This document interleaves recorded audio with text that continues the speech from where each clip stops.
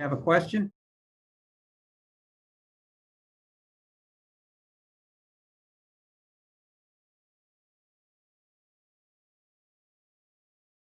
Won it in the end, but could you just speak to some of the things that you guys did well? It looked like you guys accomplished a lot tonight. Yeah, I agree with that. I mean, obviously, I think the losing's really got to hurt them, and I mean that in a healthy way because they put a lot into it, I thought, tonight. And I think the things that we tried to address coming out of the Indiana game, when we had those turnovers and we just kind of, wilted, the same thing happened again tonight. And I thought we responded a lot better, which I thought was a step in the right direction. I thought that there were some swings going back and forth in the game, and that's what's going to happen. I think I mentioned maybe last night that I think the average swing margin, is like 23 points. So it's going to happen. And I thought we responded a lot better to those situations. I thought defensively we battled and competed. I thought we protected the paint a lot better. Obviously the last play, it's going to Curry, and it was, and, give the, I think it was Lee that made the shot, I believe, give him credit sprinting back in. He just made a play on his own, but, we wanted to do everything we could to take it out of Steph's hand late and, give their guy credit. He made, really, really a tough shot. But I thought our guys, battled and competed and executed and did some really good things. The disappointing part in the game, was, we didn't handle their it was kind of like a little bit of zone pressure. It wasn't even trapping, but the 24 turnovers really, really inevitably really, really hurt us. And that's something that's been a constant for us that we've got to get better at. But in terms of the things that we talked about last night, about the competing part of it, I really thought our guys gave it up tonight in a good way. And it's unfortunate when you do that, you fall short.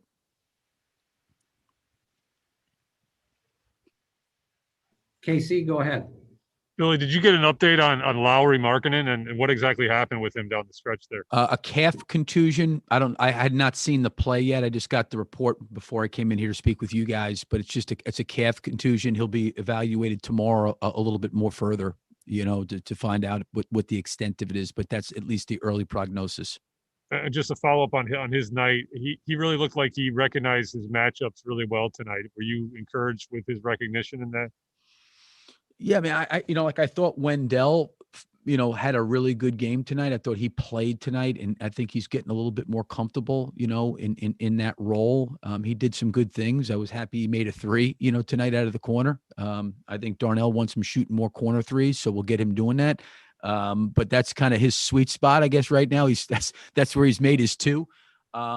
But he drove it. He made some floaters. He got to the free throw line. He knocked down free throws. He did a lot of really good things tonight, and so did Lowry. We need Lowry and Kobe and Wendell and Zach to play well. The one thing that certainly happened, I thought, in the end of the first quarter, beginning of the second quarter was, I thought Otto and Garrett, were a great presence out there for our guys. I thought Thad on the bench was a great presence for our guys, especially when we had some rough patches. Just encouraging those guys. But Lowry, I thought he was physical. I thought he posted up. I thought, when we had mismatches, he went inside. He made some threes. He drove it. He's playing, very, very physical. And I think I mentioned that before the game. So I have been very, very encouraged by, how he continues to get better. Cody Westerland, go ahead. Billy, on the defense on the final play, was there anything more you think Sato and your guys could have done, or is it just a case of when you have so much focus on Steph, like you're going to give up something? No, I mean, obviously with what he did getting them back in the game, I've seen that a lot, just being in the West. He made some tough shots. The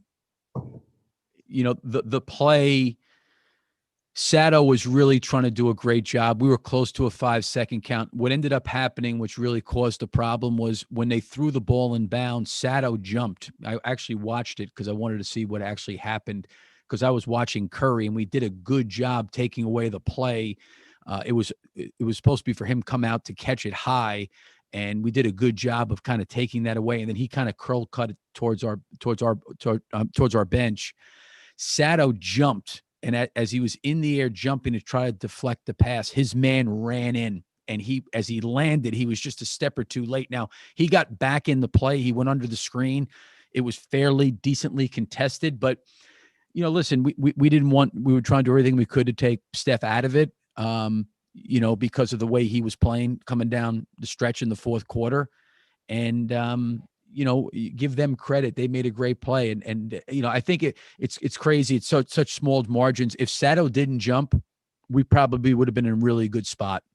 Now, that's not to say that, something could have happened in 5 seconds, but we would have been in a good spot. I actually thought the other side of it too, and I told Otto this, we went a little bit too early on our play, and when we got Zach downhill, we probably should have waited a couple more seconds. It wouldn't have made a difference. I mean, just from way I'm looking at it from an execution standpoint, because they threw it in. I mean, they basically took a shot within 2 seconds because it came in bounds and he fired off the screen and got it off. But there was really nothing. I mean, Sato, he actually was disruptive on Curry. That's what happened. Was he was reading the play. He was turning his head. He was kind of getting in passing lanes. He made it difficult to get the ball, where they wanted to get it. He made it really hard, but in trying to deflect the pass and slow it down, he was just a step behind his man. Cheryl Ray, go ahead. Oh. Cheryl? Yeah. Hi, Billy. One of the factors it seemed tonight, it was not allowing big runs, something that happened the first 2 games. How important was it, at least at this point, to be able to stop long runs? Yeah, I mean, I these guys have been great. They've worked. I mean, last night, the way we played in the first quarter and the start to second quarter, and then with about 9 minutes to go, we just kind of didn't compete like we needed to. And then, the third quarter, they go on a 10-0 run. Now we're trying to dig ourselves out of a 20-point hole. We talked about a lot of that stuff this morning. We watched film on all of it this morning. And they tried to come out, today and respond. They really did. I mean, I give them a lot of credit. They're trying to get better. This is going to be a process for these guys. I think, at this level, it's so hard to win. It's really hard to win.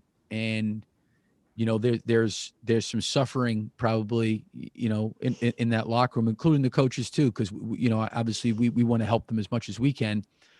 But when it gets that painful, that's when I think it becomes that important.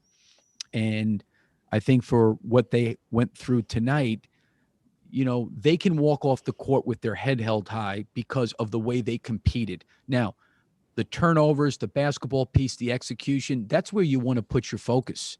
As a coach, you don't want to put your focus on competing and responding to adversity and handling runs in games, because you're eliminating dealing with the tactical things that, we should be dealing with. So, they really, really competed. And you know what? We can look at the tactical things now because they really helped each other. I thought they played together as a team on the defensive end of the floor. We had, 25 or 26 assists with 24 turnovers. There was a lot of really good things. It's unfortunate we didn't get the result we wanted, but they're going to have to fight, a lot harder. There was a lot of plays. We had some rebounds we didn't come down with.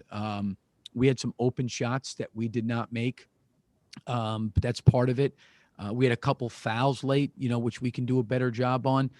But I thought the effort and the spirit and the way they tried to play and the way they handled the runs, to your point, going back and forth was encouraging to see, considering last night we just didn't handle it at all.